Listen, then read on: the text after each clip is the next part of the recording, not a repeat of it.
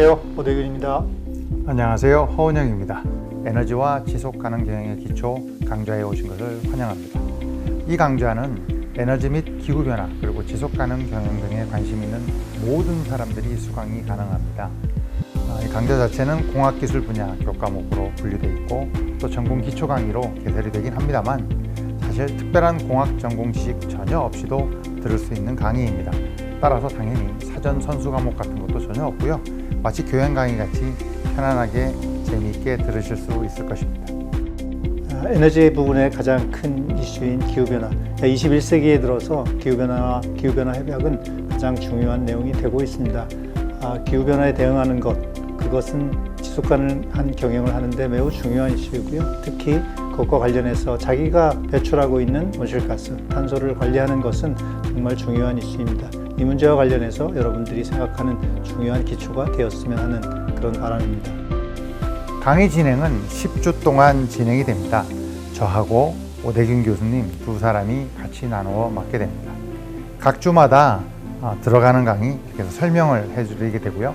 나오는 강의도 넣어서 각 주마다 소개, 정리에도 도움을 드리려고 하고 있습니다. 그와 동시에 질의응답 게시판도 열었고요. 토론방도 열어서 여러분들과 상호작용을 할 수 있도록 했으니까 게시판 많이 참여해 주시기 바랍니다. 에너지와 지속가능의 경영 기초는 학습 목표가 다음과 같이 되어 있습니다. 21세기에 들어 급변하는 세계 에너지 정책의 변화를 이해한다. 다음에 새로이 기업 및 국가 경영의 기조로 자리 잡게 된 지속가능 경영의 개념은 무엇일까? 또 에너지와 지속가능 경영 부분 자체가 간단하게 기술, 경영, 정책으로 떨어져 있는 것이 아니라 이러한 부분들이 모두 융합되어 있는 형태라는 걸 여러분들이 그 특성을 이해하시게 되고요. 에너지 신기술은 무엇이고 에너지 신산업도 무엇이 있는지 같이 알아보는 시간을 가지는 게 이번 수업의 특징이고 학습의 목표라고 얘기할 수 있겠습니다. 강의 구성 자체도 이러한 목표에 맞춰서 4개로 구분이 되어 있습니다. 1주차부터 3주차까지가 인트로 부분으로서 에너지의 역사, 21세기의 정책 변화, 또 시장과 경영, 또 특히 기후변화 협약은 어떤 것인지를 알아보는 시간으로 만들어져 있고요. 4주차와 5주차는 에너지 신기술, 에너지 신산업에 대해서 알아보는 시간을 갖게 되어 있습니다. 다음에 6주차, 7주차에 오면 이제 기후변화 협약을 조금 더 자세하게 알아보게 됩니다.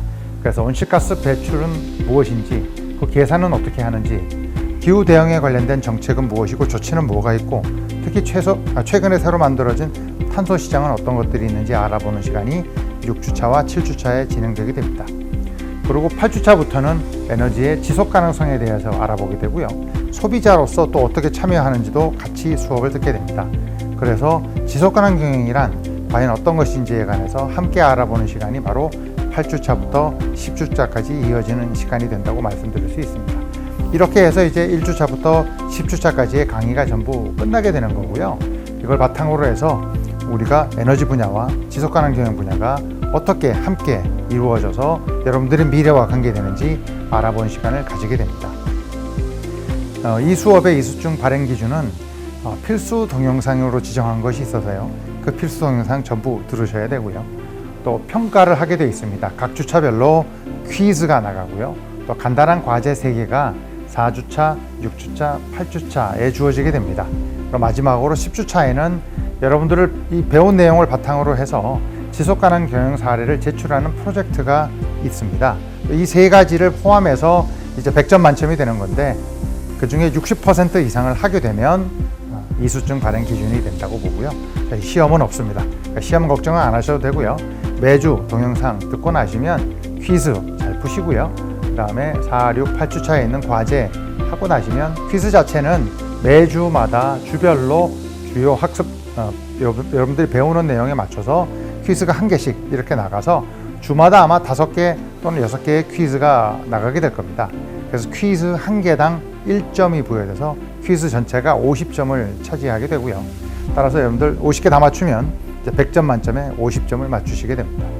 과제는 4, 6, 8주차 각각 10점짜리가 3개가 나가게 돼서 에너지 사용 통계 찾아보기, 온실가스 배출량 계산해보기, 지속가능성 지표 찾아보기 등 복잡한 것이 아닙니다.